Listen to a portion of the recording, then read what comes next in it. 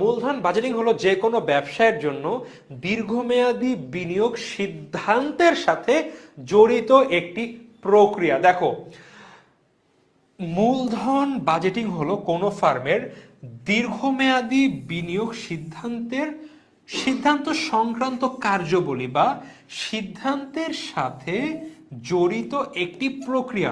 এটা কিন্তু দীর্ঘমেয়াদী সিদ্ধান্ত না, রেদার আমরা একটা জমি কিনবো, আমরা কি করতে পারি? দেখো, আমরা একটা দালান কোঠা বানাবো, স্থাপন করব, একটা জমি কিনবো, একটা যন্ত্রপাতি কিনবো, এরকম প্রভৃতি স্থায়ী সম্পত্তি কিনবো, অথবা সংযোজন করব বা আধুনিকায়ন করব বা প্রতিস্থাপন করব। এই যে কাজগুলো করব, এইটা করা উচিত কি উচিত নয়, এইটাই কিন্তু আমরা মূলধন বাজেটিং এর মাধ্যমে জানতে পারি।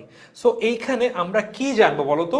আমাদের একটা স্থায়ী সম্পত্তি, এটা হচ্ছে আমাদের একটা স্থায়ী সম্পত্তি, তাই না?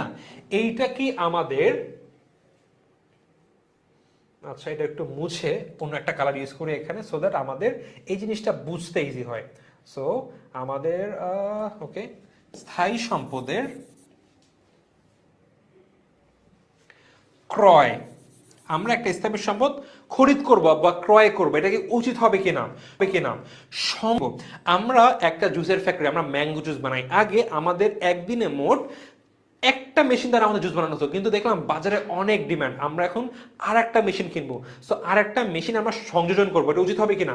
আধুনিকায়ন, আমাদের একটা গার্মেন্টস ফ্যাক্টরি, আগে আমাদের কিছু কাজ হাতে করতে হতো, কিন্তু আমরা মনে করলাম আমাদের এখন একটা আধুনিক মেশিন আনবো যার মাধ্যমে আমাদের বেশিরভাগ কাজ অটোমেটিক্যালি হবে।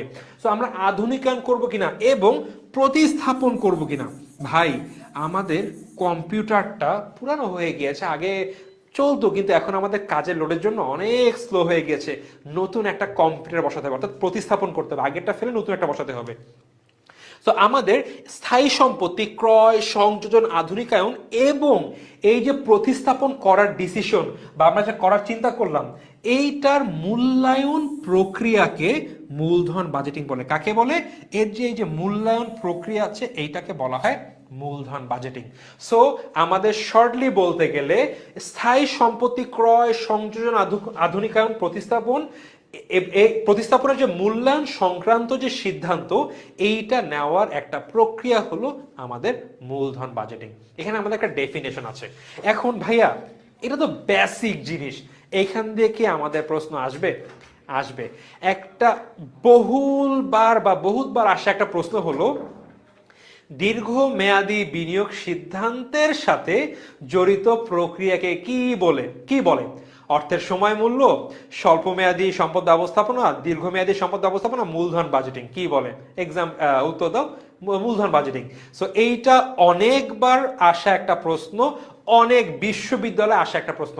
এই অধ্যায় থেকে যদি বলা হয় একটা প্রশ্ন সবচেয়ে বেশিবার রিপিট হচ্ছে, আমরা বলবো সবচেয়ে বেশিবার রিপিট হচ্ছে আমাদের এই প্রশ্নটা। সো আমাদের কনসেপ্টটা ক্লিয়ারলি জানতে হবে। অলসো এইখানে আমাদের কিন্তু এমনও হতে পারে, এখান থেকে প্রশ্ন দিয়েছে, আমাদের যে লিখিত অংশ থাকে না, ঢাকা বিশ্ববিদ্যালয়ের কথা বললে কিন্তু আমাদের ফাইন্যান্স বা মার্কেটিং এ থেকে 5 নাম্বার অ্যান্সার করতে হবে আমাদের লিখিত। সো লিখিত বলতে পারে অর্থায়ন, মূলধন বাজেটিং এর ধারণা সম্পর্কে ব্যাখ্যা করো, 2 নাম্বার। সুন্দর লিখতে হবে। আমাদের যদি এই দুইটা লাইন লিখি ভাই, আমাদের পাক্কা 2-এ 2 দিয়ে দিবে, একদম ফুল নাম্বার।